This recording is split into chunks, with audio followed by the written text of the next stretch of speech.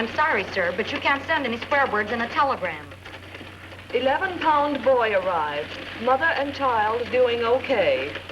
Who said America was through? I'll repeat. A paid telegram to Dr. Murray Reed, 219 Temple Avenue, City. Congratulations, stop. Plans afoot for small party in your honor. Manville Penthouse next Saturday, 10 p.m. Stop. Maintain secrecy, stop. Promise you most original party ever slated. Signed, your host. Yes, sir. I'll send that to the 8 addresses you gave me. Please deposit $3.36 in the coin box. Thank you. Gee, that guy's got a spooky voice. Maybe he's an undertaker. No, he's throwing a party.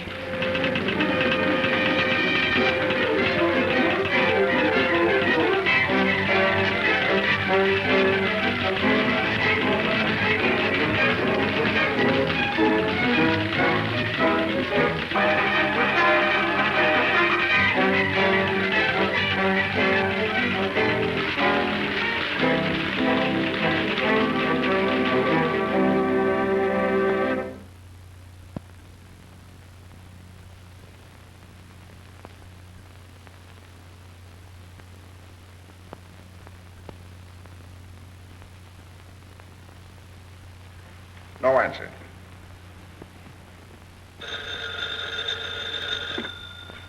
Hello? Oh, hello, Mr. Osgood. Why, no, of course I'm not too busy. I see you've gotten rid of young Abbott, Doctor. Thanks for acting so promptly. Well, you may rest assured that I will never retain anyone on the faculty who is distasteful to you, Mr. Osgood. Yeah. But he claims it wasn't radicalism. He says it was just constructive patriotism to train the next generation to take care of crooks like you, Mr. Osgood, who cheat the investing public. Yes. Oh, by the way, the papers tonight will carry the story of your latest gift to us. Oh, that wasn't necessary, Doctor. You know how I dislike publicity. Perhaps my example will encourage others. It's all right, Doctor. Keep up the good work. Get the afternoon papers. Clip all references to my gift to Rayburn University. Yes, sir. There's a Mr. Henry Abbott waiting to see you. Abbott? Probably wants me to have him reinstated in the university. Let him wait. Yes, sir. And get campaign headquarters. I want to talk to Burke. Yes, sir.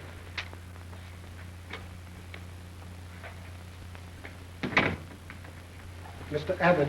Yes. Mr. Osgood says for you to wait. Thank you. Oh, good afternoon, Mr. Burke. Hello, Burke. What's up?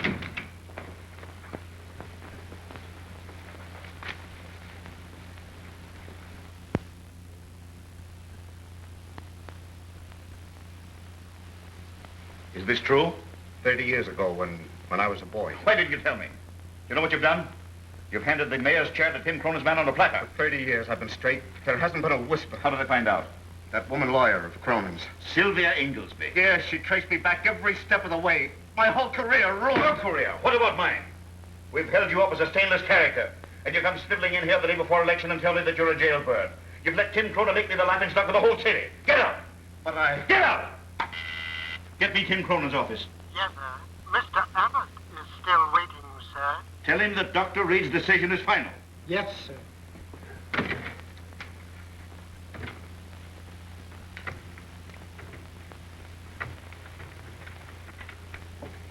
Mr. Abbott. Yes. Mr. Osgood says to tell you that Dr. Reed's decision was final.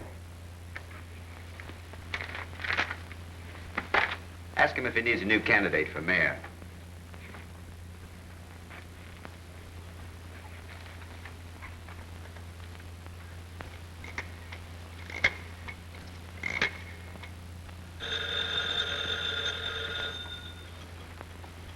Yes?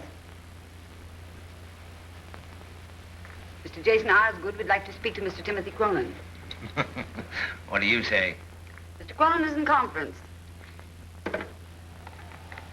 with his attorney, Miss Sylvia Inglesby. Yeah, why didn't you tell him that? Osgood would have got a kick out of it.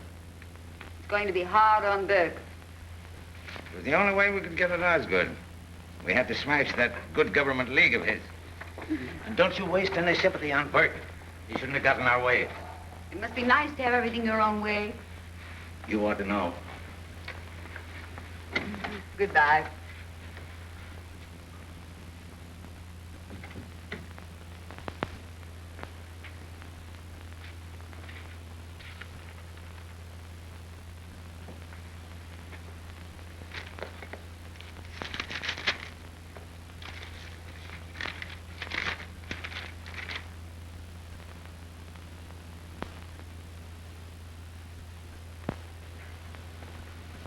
Two lumps, June.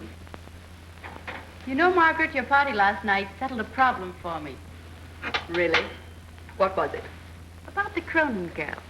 She's been everywhere, you know. But I couldn't quite make up my mind about her. Of course, when you left her out, that decided me. Well, I've no doubt she's a very nice girl.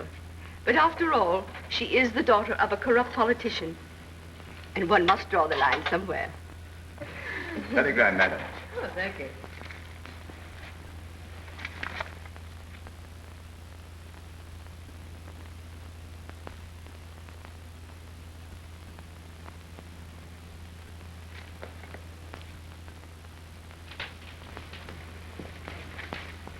Another telegram, Miss Jean. Well, this certainly is our busy day.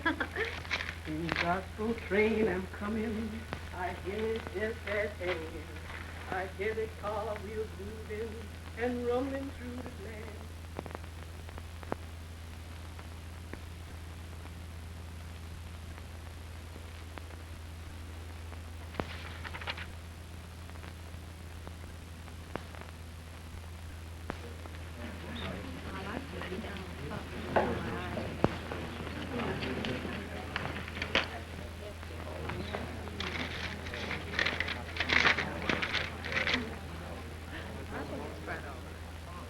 Congratulations. Good news, Mr. Abbott? Oh, no. Invitation to a party.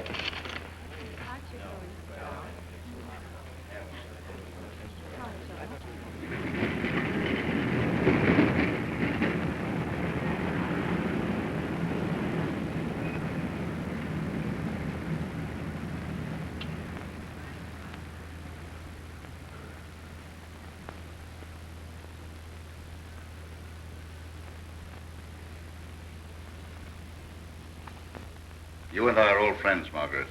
Own up now, it was you who sent that telegram. Until I entered this room 5 minutes ago and found you here, I hadn't the slightest idea whom I was to meet or who was giving the party. But seeing you here, I had my suspicions.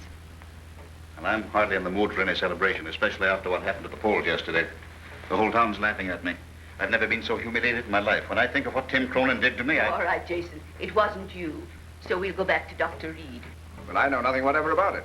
At least, nothing more than is contained in this telegram. Well, I think it's all a silly joke. Well, it was clever enough to bring us here. It was clever at that. Seems to me, Margaret, that somebody's trying to challenge your position as giving the city's most humorous parties. Well, tonight I'm quite content to be a guest. And when our host appears, I'm going to ask him to show me his house. The little I've seen is marvelous. And I don't like it. I don't like it a bit.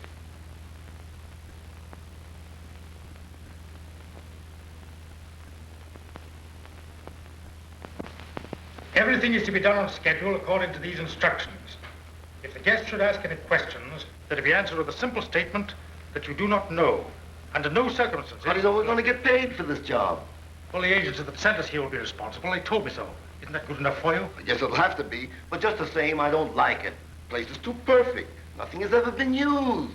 You mark my words. Something is going to happen. Well, you've heard the instructions. Everything is to be timed to the second.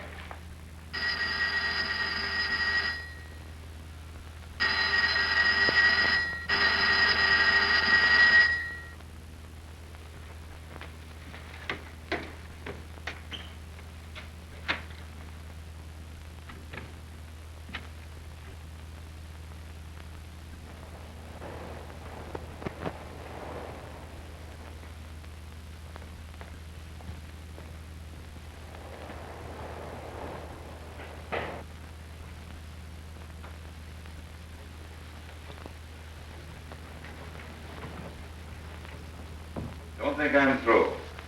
Just now, Tim Cronin's in control. But Cronin's a crook, and crooks are always greedy. He'll make mistakes, and then I'll have him. Cronin's a dangerous man, Mr. Osgood. I've heard some terrible stories about him.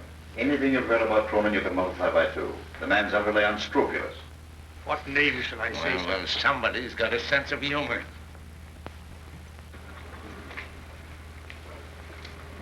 How are you, Osgood?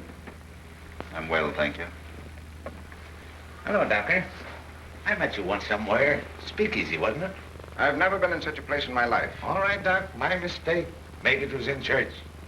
You all know Sylvia?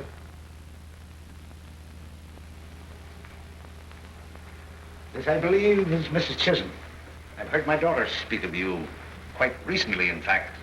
She's a very charming girl. Yeah. I'll tell her you said so.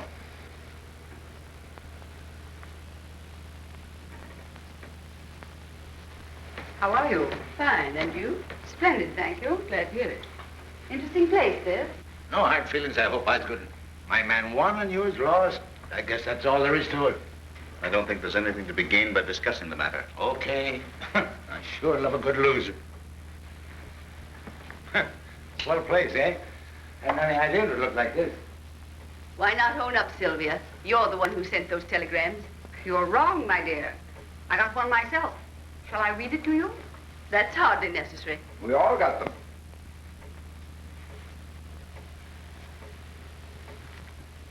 The grandest city in the world. Say, Osgood, have you any idea how I feel about that tonight? Maybe you can guess. I think we'd better go. Oh, Doctor. Doctor, Yes? we're leaving. We're not very popular here. What do you want to go for? Why, you only just come. Somebody planned a swell party and now you want to run out on it. Everybody makes whoopee on Saturday night. We've got that much in common anyhow. Good night.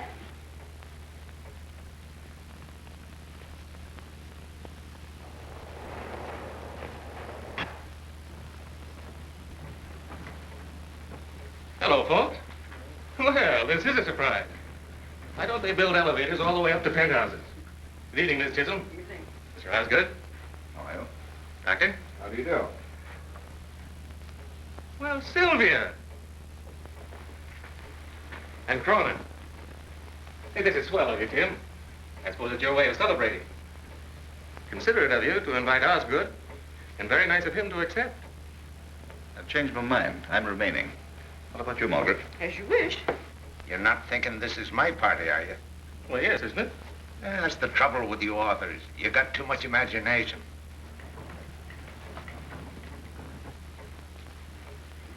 Name, please. Hello, everybody. Friends and enemies. Oh, this is Rich.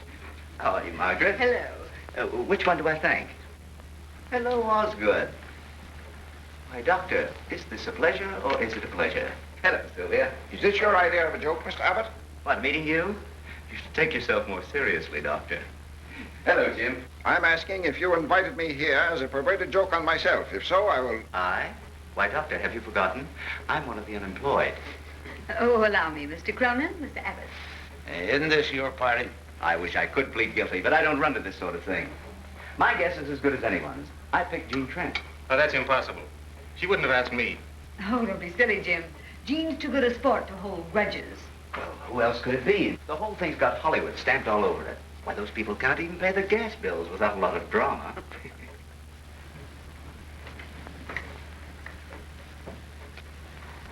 Miss Jean Trent.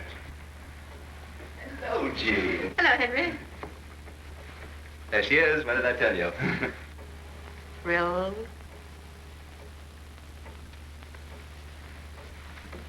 Now then, everyone. Make your prettiest bows and say thank you. Jean, is this your party? My dear, your roof garden is charming. Wait a minute, wait a minute. I don't understand. Come along now, Jane. You've had your fun. Now own up. Well, don't be silly, Henry. This is your party, isn't it, Margaret? No. Jean, I'm clairvoyant. I can read your thoughts like an open book. Now look me in the eye. You received a telegram asking you to come to this party and signed your host, didn't you? Yes, I did. I knew it. So did I. So did all of us. But the peculiar thing about this shindig is there isn't any host.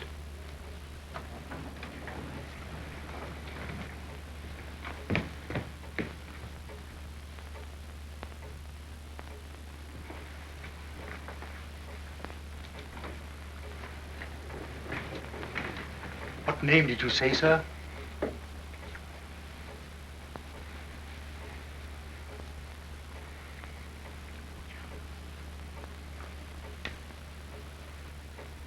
Mr. William Jones.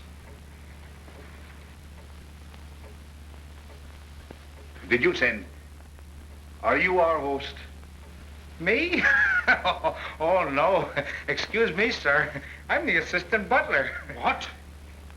Well, you see, I ain't got no fish and soup. And I gotta wait for my brother to come home. He works in a speak up on 50th Street. And that's why I'm so late. Go into the kitchen. Yes, sir. I regret, sir. I apologize, sir. All right. What's your name? Hawkins, sir. It would be. Hawkins, we'd like to know something. Who's giving this party? That I cannot tell you, madam. You mean it's a secret? I mean I do not know, sir. I was engaged this afternoon by telephone through the Castildan agency. Typewritten instructions were mailed to me, sir. I was to come here tonight and find everything in readiness for me. How'd you get in? The key also was mailed to me, sir. Your host has planned a very interesting evening, if I may say so, sir. Well, Hawkins, you seem to be as much in the dark as the rest of us. Maybe we'd understand it better if we had a little glass of something. I'll bring the cocktails immediately, sir. If you will pardon me.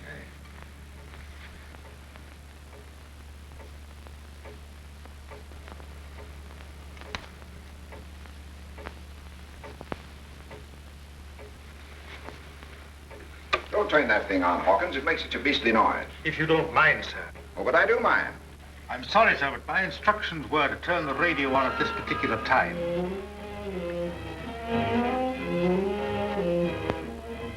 Patience is such a sweet virtue. Don't you think, Doctor? The angel, I can always stay. It doesn't make the slightest bit of difference to me. I don't want to spoil your evening. You can't hurt me anymore, Jim. No matter what you do. When we were children, if you were angry with me, I thought the world was coming to an end. Now it doesn't matter in the least. We're an odd bunch for anybody to select for a party. Here's Dr. Reed. He thought so much of our society, he had me dismissed from the university. But he's bearing up very bravely. We'll all be the best of friends after we've had a few drinks. Won't we, Osgood? No. Oh, now, gentlemen, let's not begin calling each other names on Saturday night. There's only one name for you, and Miss Sylvia Inglesby. That's enough. Leave Miss Inglesby out of it. It's all right, Tim. Mr. Osgood's not a very good loser. It ain't all right. That mealy-mouthed hypocrite can't insult you and get away with it. Any more than that Chisholm woman's going to get away with what she did to my daughter. That's enough, Cronin. You've said enough. Please, Tim, please. Why pretend to be comfortable in the society of people we can't tolerate? Meaning me, of course.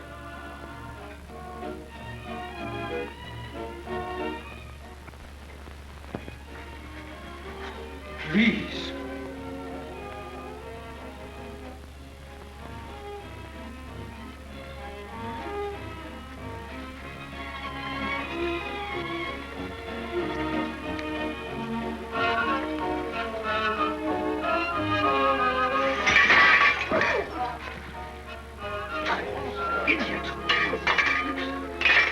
This is becoming ridiculous.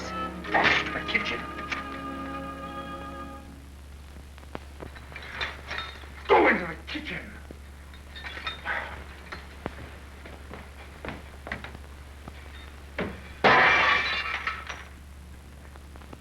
Jason, will you take me home? Certainly.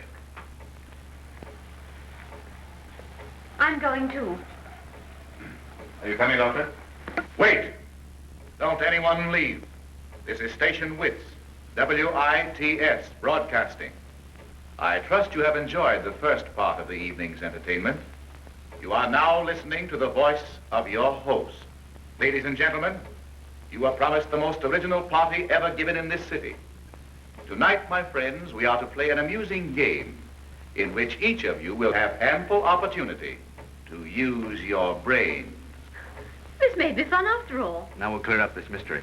He's very clever, whoever he is. It doesn't sound like any voice I've ever heard. But where can he be? Probably sitting in another room with one of those trick microphones hooked up to this thing. I warn you, however, the stakes will be high, for tonight you are commanded to play an absorbing game. A game of death. You have been chosen with care, for only men and women of your exceptional intellectual ability will be worthy opponents. Until dawn, we will play a game of wits, yours against mine. Does he think he can frighten us with this kind of nonsense? Jason, I am frightened. Someone's having a joke. I warn you, it is not a joke. This is the voice of one you know well. One who has planned revenge because of deadly wrong. Give attention to the rules and try to win. He hears us. You will notice the telephone connections have been cut.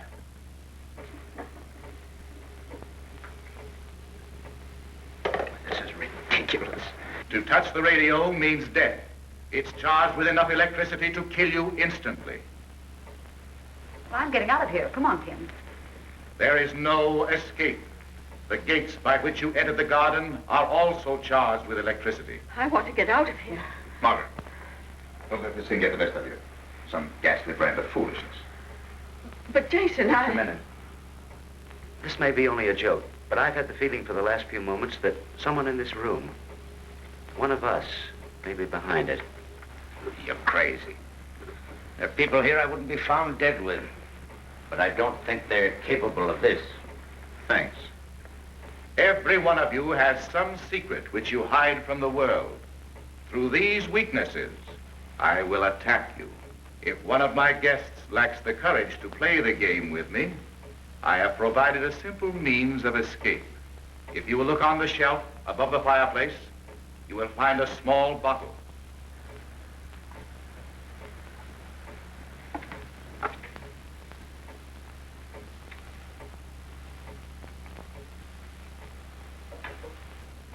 Prussic acid.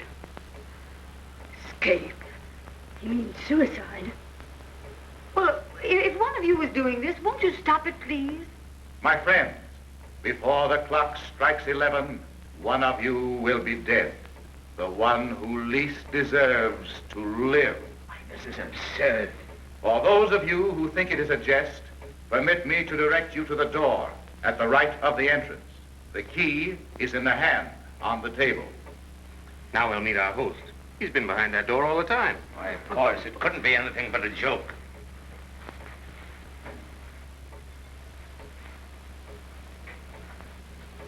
Come on, give him a reception.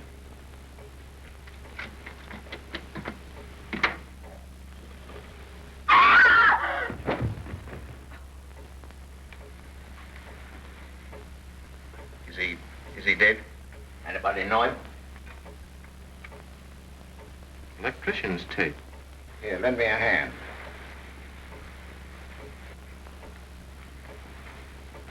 Gene. Gene, come back here. Come back here. Gene, come back. Don't be killed. What?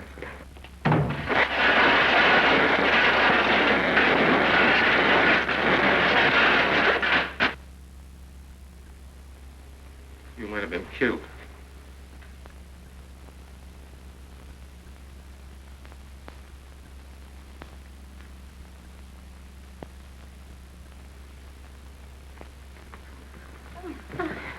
There, dear. Sorry, are you? I guess the best thing for us to do is to stay in this room. Gentlemen, I've got an idea. Come on.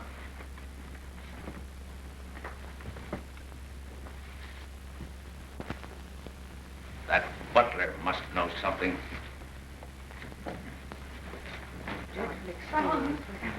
I think we better go in with the others. I think that's a good idea. All right. You'll feel better. I'm all right now.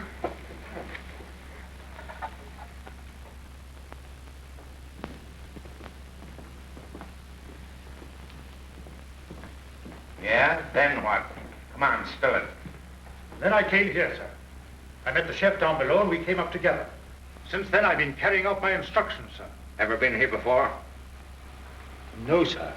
You're lying. No, you don't. Find some rope and we'll tie these fellas up.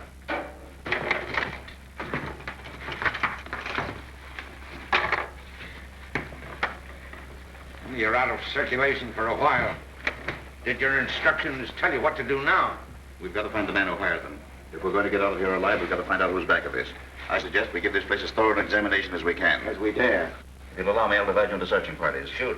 Miss Inglesby, you go with Jean and Margaret. Examine the bedrooms thoroughly. Abbott and Cronin take the dining room and the floor beyond. Jim and the doctor can take the garden. What about the living room? I'll go through that myself. Let's go.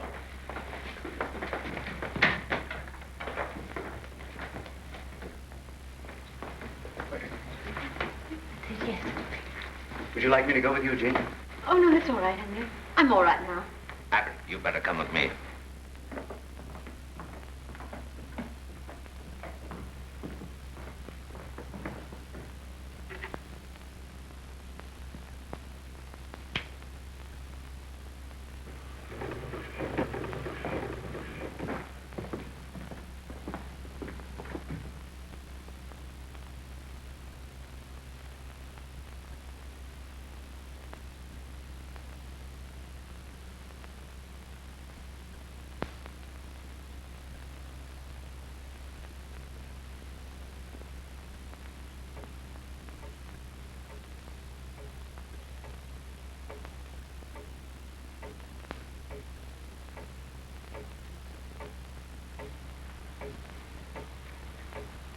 Can you hear me? It's Jason Osgood. There's nobody else in here. You said you were going to kill me. Well, I'll make it worth your while to let me out of this. Don't you understand? I'm not trying to threaten you. I'm trying to make a bargain. I'll give you $50,000. I won't try to find out who you are. I'll give you $100,000. More than that if you give me time to get it.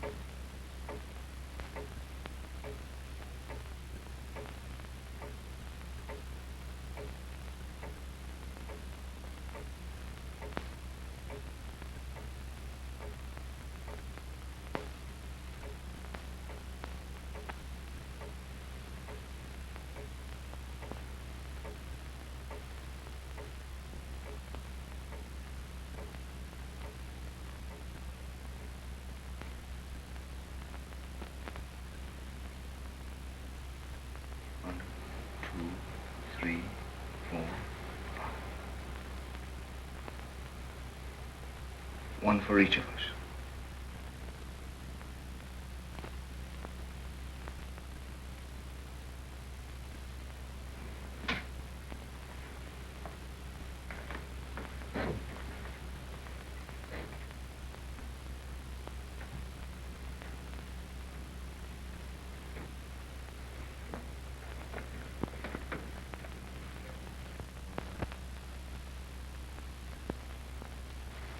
Come on, let's get back.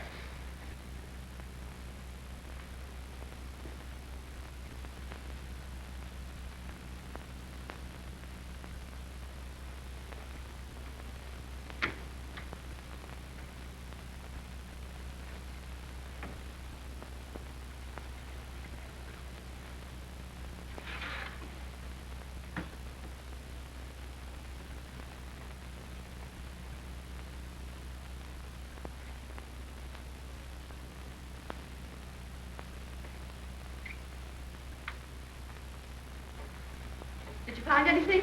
No, did you? No.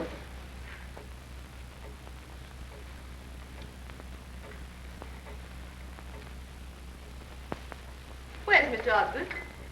Right here. Oh, Jason. I thought we might need something. You're not so bad after all, Osgood. Thanks.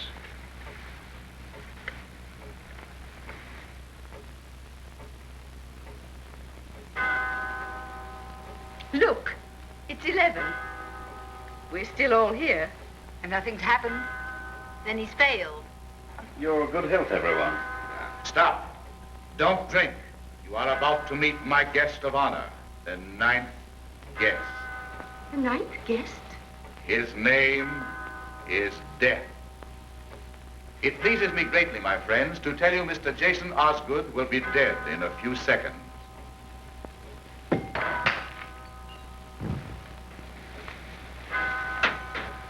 Let me get his pulse.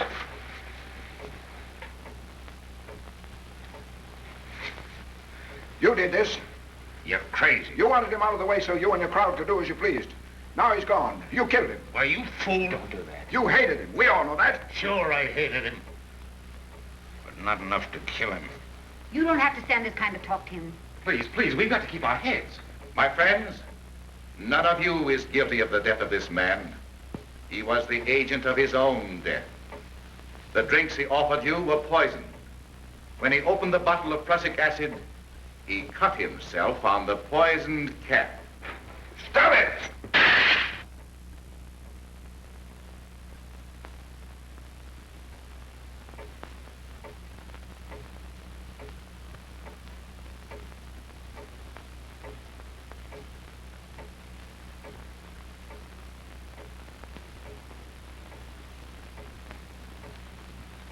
I can't stand it. I can't stand it any longer. Oh, please, dear. Control yourself. You must. For all of us. It's that clock. Won't someone stop it? That won't do any good, Miss Chisholm. Oh, but it's that picking. He said another one of us would be gone at 12. Now, listen. We've all been told we're going to die. The next one in 15 minutes. Osgood weakened. He's dead. All we've got to do is keep our heads and nothing can happen to us. You want us to sit here like a lot of sheep waiting to be killed? Can't we do anything to fight back? Don't you see that's just what he wants us to do? Suppose we should fight back. What would we be fighting? Shadows. There must be some hiding place. He's here somewhere.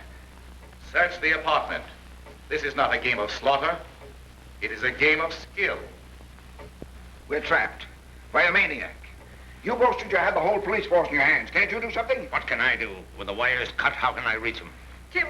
My friends, this is a game in which you take one side and I the other, with death as the referee.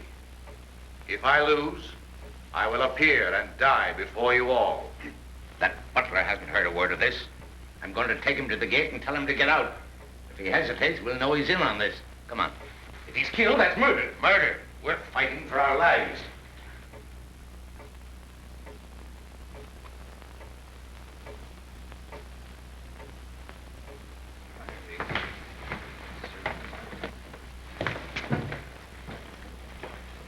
He heard you. He's taking care of the servants. Then they are part of it. I was right. There is a hiding place. Somebody untied them. They couldn't just float away. Somebody untied him, all right. That somebody is one of us. I want a showdown. Do you dare to imply that I would... Dare? Me? Caught like a rat? You bet I dare. If you're not doing this, one of the others is. Why, you can't talk to decent people that way. Tim, Dr. Reed. Stop it, you hear? You're acting like a couple of caged animals. That's what we are, caged. Can't you realize we've got to stick together? If we don't, we'll all be dead before morning. Get back in that living room. Sit still and don't answer a single challenge the voice offers. I tell you, nothing can happen. Sit still, nothing. I'm going to find those servants. I'm going with you. Well, go ahead. It's your funeral. Well, we better keep an eye out.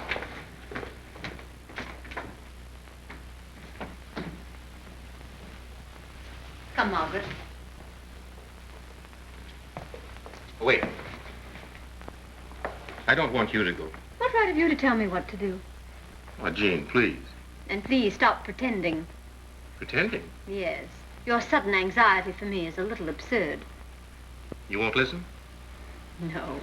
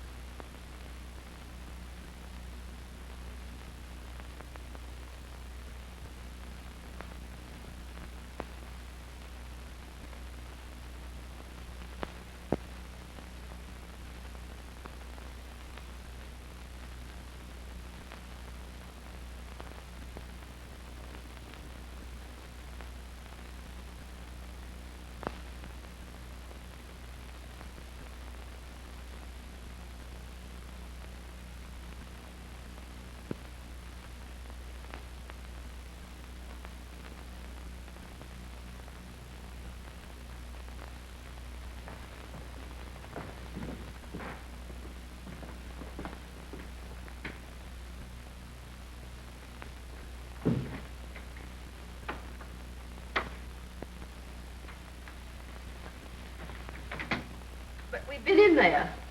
I know, but I want to look again.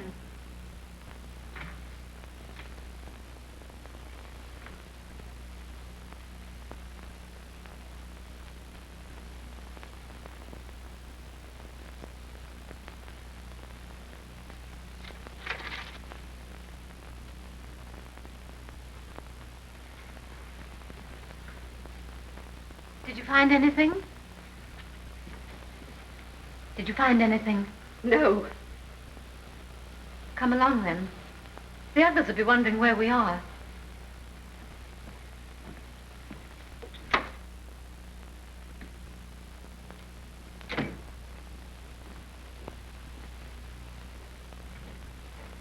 Cigarette?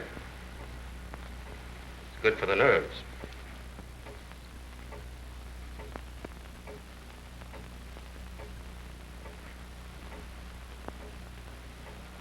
No, thanks. I'll smoke my own.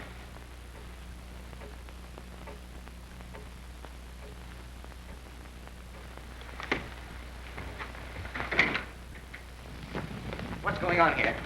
Well, I tried to attract attention by burning some newspapers on the parapet, but I don't suppose anybody could see the blaze. 50 stories up, you might as well wave a lighted match. Well, the setbacks begin 10 stories down. I couldn't throw a message beyond them. I tried. You might have set the place on fire. It's like a cheap movie. Now, perhaps you'll listen to me.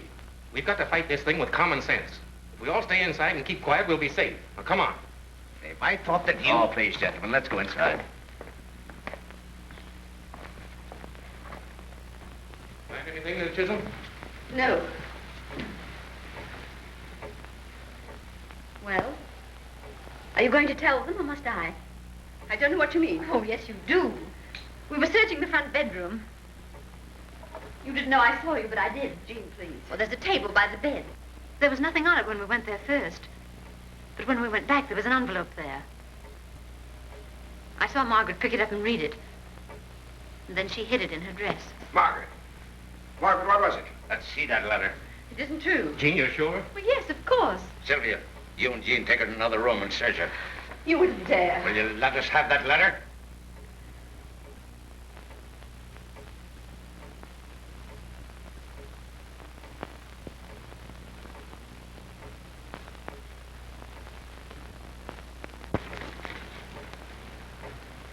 Before the night is over, Margaret Chisholm, I will expose you for what you are, your host. What does it mean? I don't know. I'm as ready to answer for her as for myself. There's no mystery in her life, no secrets. This letter may have something to do with our predicament. You've got to tell us what it means. She'll tell, all right. The time draws near when the second of our company is to leave us. I'm sure you will agree that the second, like the first, is unworthy of such a distinguished company. Before our guest departs, some details of her life may be of interest to you. Her life? I have selected for my next opponent our brilliant society leader, Mrs. Margaret Chisholm. Stop it, stop it. This woman has no right to the name you know her by. The only name to which she has legal right is that of her first husband, Jimmy Vickers, from whom she was never divorced. Oh, that's not true. Margaret Chisholm's sins have overtaken her at last. Jimmy Vickers is locked up in an insane asylum. But I am prepared to expose this society leader as a bigamist. Oh, that's a lie. He's dead, I tell you. Bigamist. And my daughter wasn't good enough for your crowd. Every dollar Margaret Chisholm possesses was stolen from the husband she had committed to an institution. No.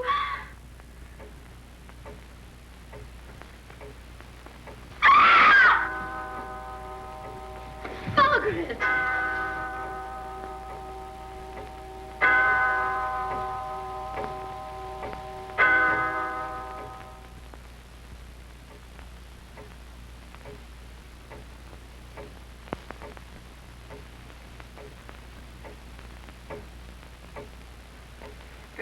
Minutes more. Stop it, please. 15 minutes more. Can't somebody stop her? I can't. None of you will listen to me. You told us to sit still. Nothing would happen. Now Margaret's dead.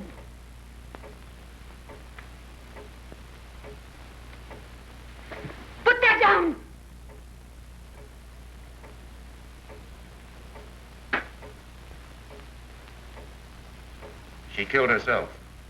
They were both killed by their own weakness. Just as that radio voice said all of us would be. It's one of us. It must be. We've looked everywhere. Yet the servants disappeared. Somebody helped them. And that letter. Somebody put it where Margaret would find it. 15 minutes more. He just said another would go. You're the only one here would like to kill me. Now Osgood's gone. I never earned the reputation of a killer. You have. Are you yellow school teacher? Jim, please. We're playing right into their hands, just as we did both times before. You said it was one of us. How do we know it isn't you, Doctor?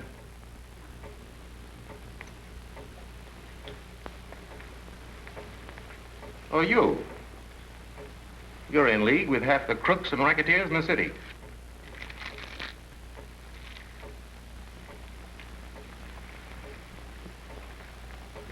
There are 6 of us left. And everyone has something against somebody here. I never harmed anyone. You kicked me out of the university without a chance to defend myself. Please. I had to put you out because I didn't like your opinions nor your sneering, arrogant vanity. How do we know it isn't Abbott? You have reason to hate Dr. Reed. How do we know you haven't something against all of us? Why do you leave yourself out? Please don't. Yes, why? There's only one person I know who'd be happy to see me dead, and that's you, Jim. Well, that isn't true, Jean. I think you're a little snob, eaten up with self-importance, but I wouldn't kill you. Oh, yes, you would. I'll tell you all something you don't know about us. Jim and I were brought up together. Our fathers were friends. We were in love. But I soon got over it when I found out Jim hadn't an ideal in the world but money. Our fathers between them owned the Chetwood estate. They left it to us with a proviso that it couldn't be sold unless we both agreed, because they thought we'd be married and live there. When Jim found out there was oil on the land, he wanted to sell it. But I refused. That's when he turned against me in his newspaper column and tried to ruin my career. That's why I think you'd like to see me dead. You'd be a millionaire if you could sell Chetwood.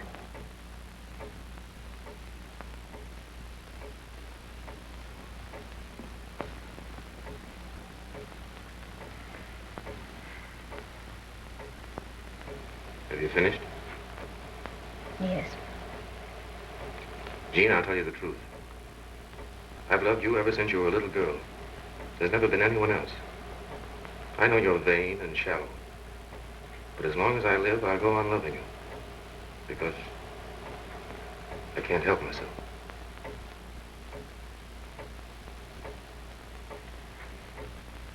Now you've heard all about us, and Abbott, and the doctor.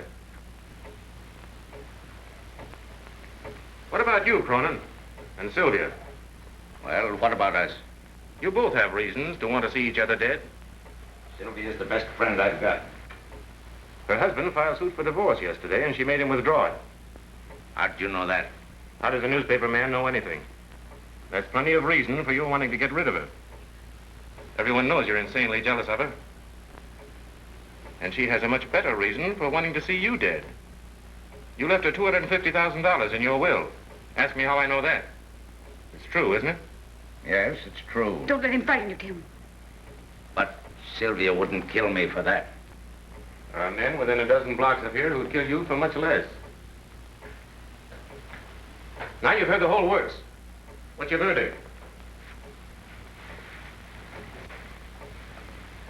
Which one of us wants to kill the other 5?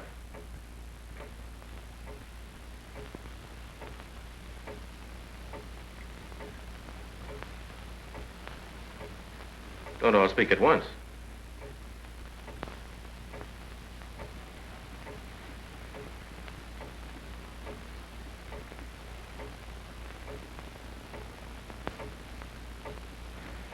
Why don't you search us?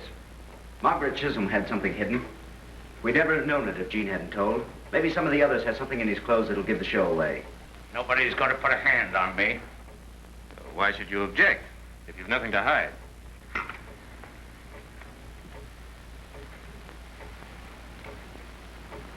Well? Tim, please, Tim. Make you feel any more secure? Here it is. I'll take it. I've got enemies enough. I always carry a gun. Search him. Take him. You'll be sorry for something. What's this? A radio tube. It was you. Where did that thing come from? This is Steinmuck, that's what it... Let him go, do you hear? Let him go. Sylvia! Put that gun down! Put it down!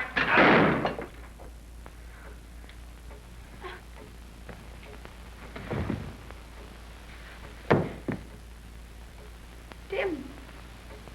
Tim! I killed him. Tim! Oh, Tim, Tim! I didn't mean to do it, Tim, Tim!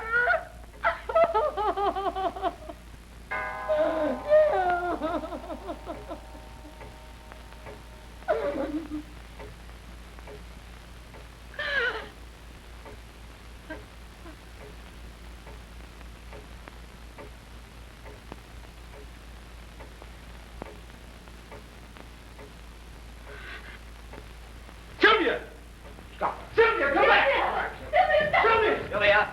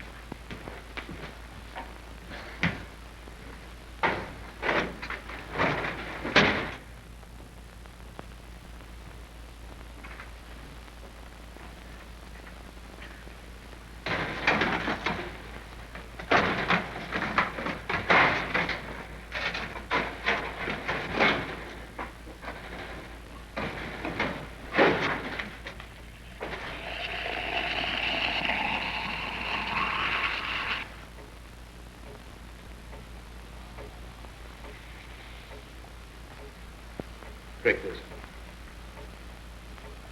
Jean.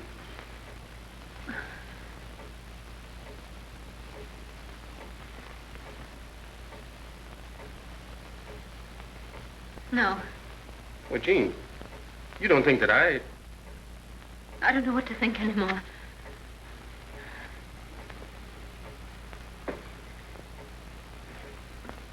Well, we're all right, Jean. We're going to get out of this place. I know I'm going to die. You're not. The others all did something.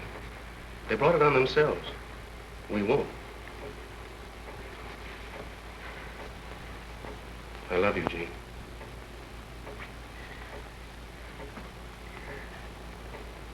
You told them all about me. Oh, you shouldn't have done that. You made me feel so cheap and mean. You're not. Oh, yes, I am.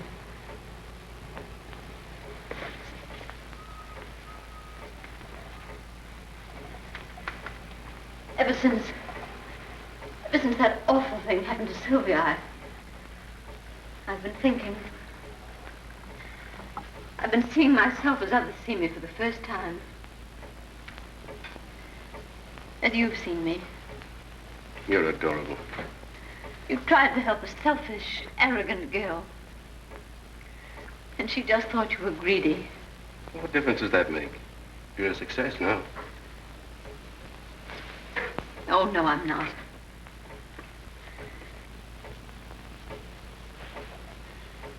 I'm just lucky, that's all. I got the breaks that other girls didn't get. But I haven't really lived yet. I don't want to die. We'll find some way out of this. There must be some way.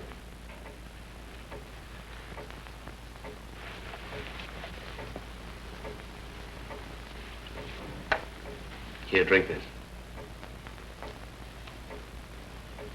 Yes, Jim.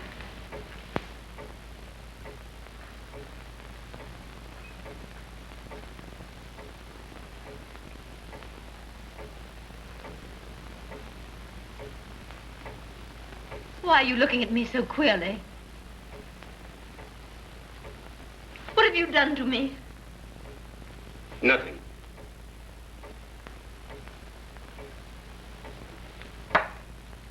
Now, you satisfied?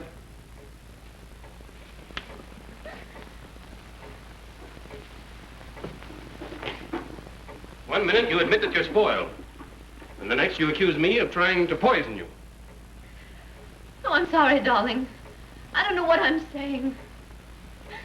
Oh, darling, don't let anything happen to me. I want to live. I want you. Oh, Jim, I'm afraid. I'm afraid.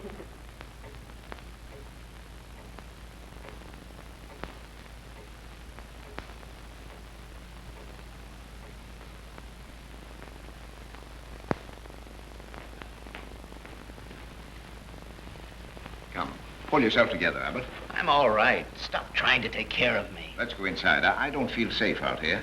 Safe? Do you feel safe in there where 3 of them died already? Oh, come along. Come on, let's go inside. I'm all right. Leave me alone. Take your hands off me. Come on. Come away from that. Will you leave me alone?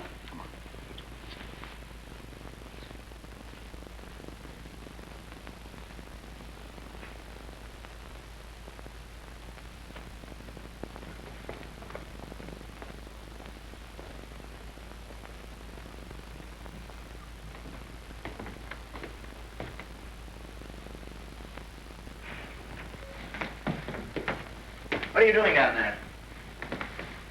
What are you doing down there? Where have you been? There's a door back of this refrigerator. Did you find my pencil?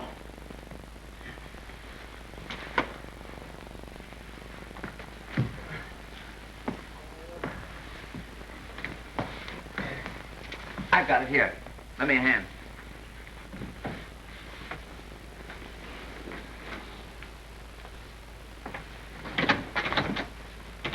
It's locked on our side. Open it.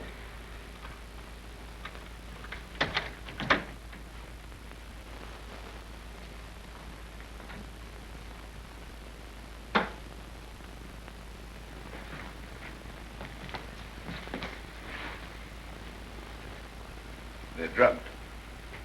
For goodness sake. Oh, my pencil. I found my pencil. What do you know about this? Please. What architecture? Boy, oh boy. Eeny, meeny, miny, mo. I think that was... Oh, he's drunk. Yes, right, mister. He's drunk. Come on, let's get out of here. That's a good idea. Let's get out of here.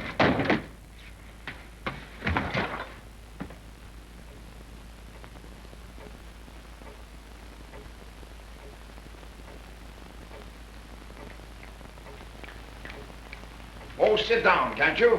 There's nothing to be gained by being a coward. You can't talk to me like that. If you're brave, it's because you've got nothing to be afraid of. I think you planned this whole thing yourself. Stop it. Can't you see what you're doing? You're fighting just as the others did before they were killed. Jean's right. It's what I've told you all along. For heaven's sake, keep still.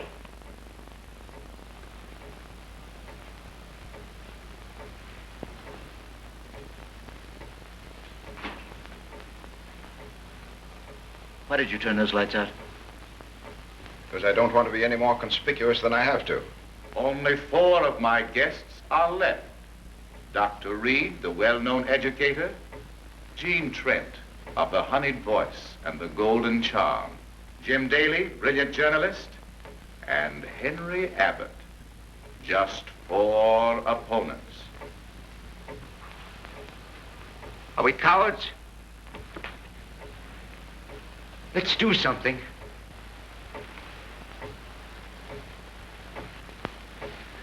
Let's die fighting. My friends, permit me to remind you that there is but one danger in this room. The danger that you may not outwit me. You haven't the courage to fight this through. He hears us. Oh, where is he hidden?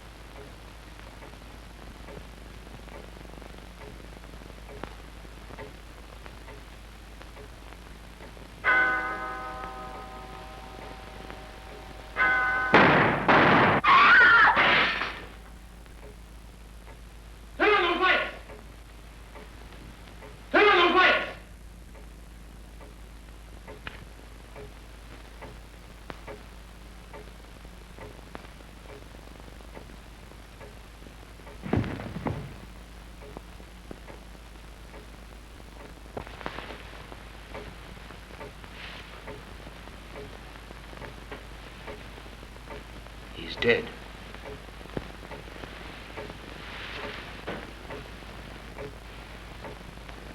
Someone's out on the roof. He fired through this window.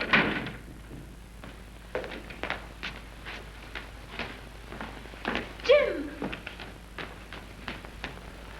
Jean.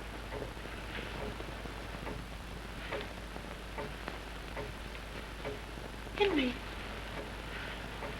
What's happened? Looks like someone's a bad shot. Oh, Henry. Are you hurt badly? No, I don't think so. Jean, I've got to tell you, we may never get out of here alive, any of us. I love you, Jean. Oh, Henry. Please don't. Not now. I may never have another chance, dear. I want you to know I love you more than anything else in the world. I have for ever so long. I wouldn't have dared tell you, except...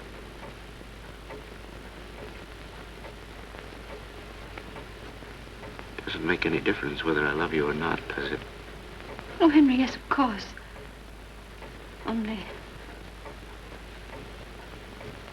Only just now we've got to find Jim.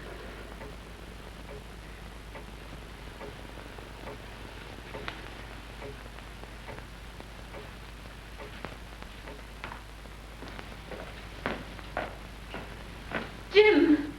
Jim! Jim, where are you? Jim!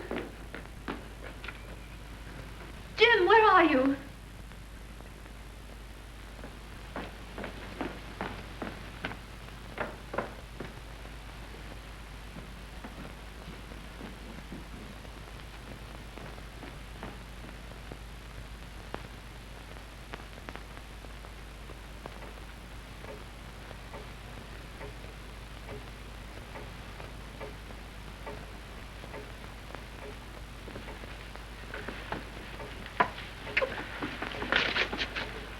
What are you doing?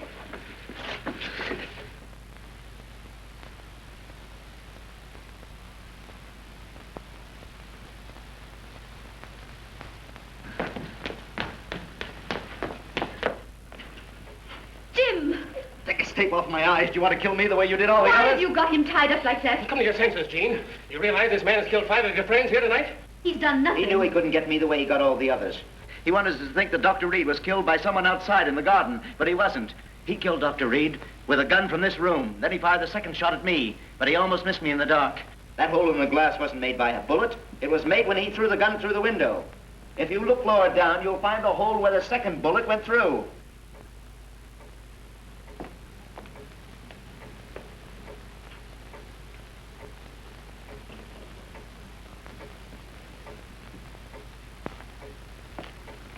Take that strip off his eyes. Jean, you don't understand. Take that tape off his eyes, quick! Jean, put that gun down. I mean it.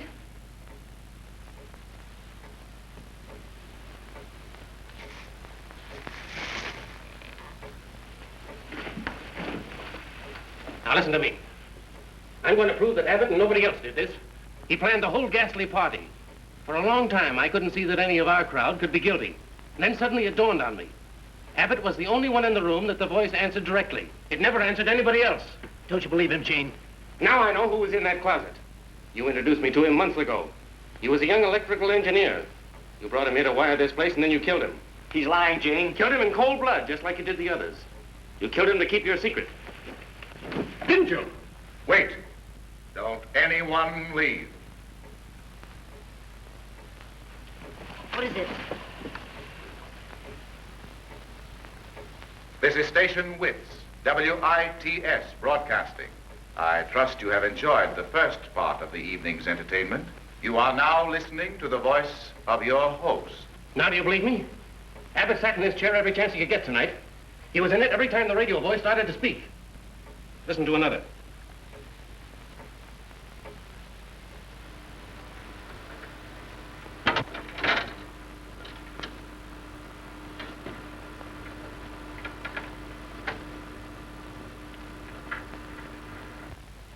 You are about to meet my guest of honor, the 9th guest. His name is Death. I have selected for my next opponent our brilliant society leader, Mrs. Margaret. No, you don't. Don't move, Henry.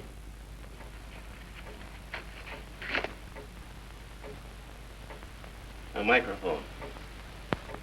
Now we know why the radio voice could follow our every move. When he couldn't count on those records, he had this. There are probably a dozen places in the house where he could plug it in. He killed Dr. Reed and then wounded himself in some way to fool us before he threw the gun through the window. All right. I promised I'd play fairly if you outwitted me. Well, I've lost.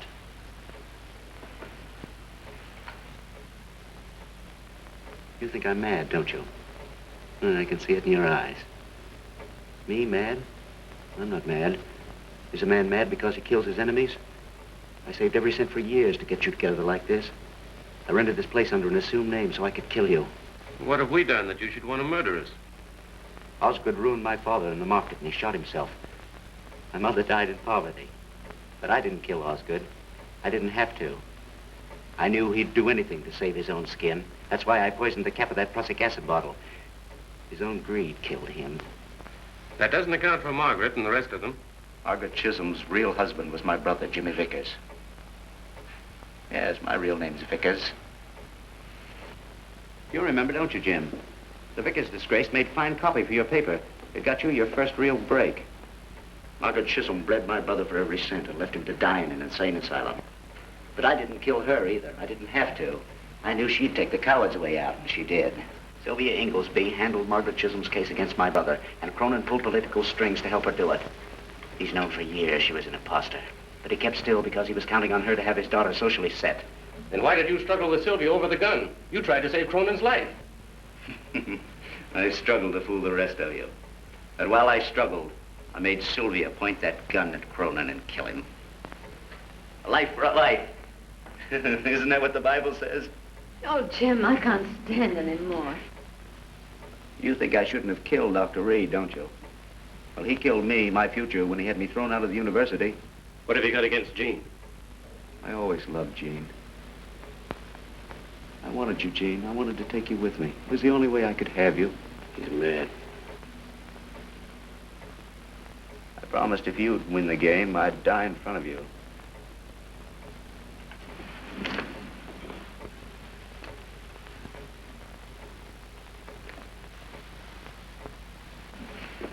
It's your last trick, Abbott. Now get us out of here or I'll kill you.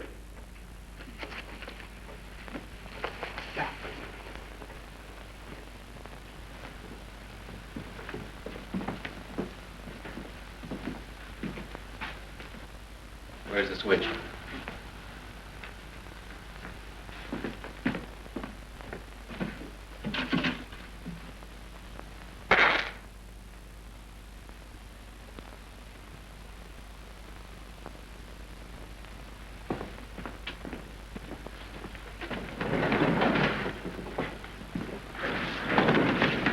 What are you doing?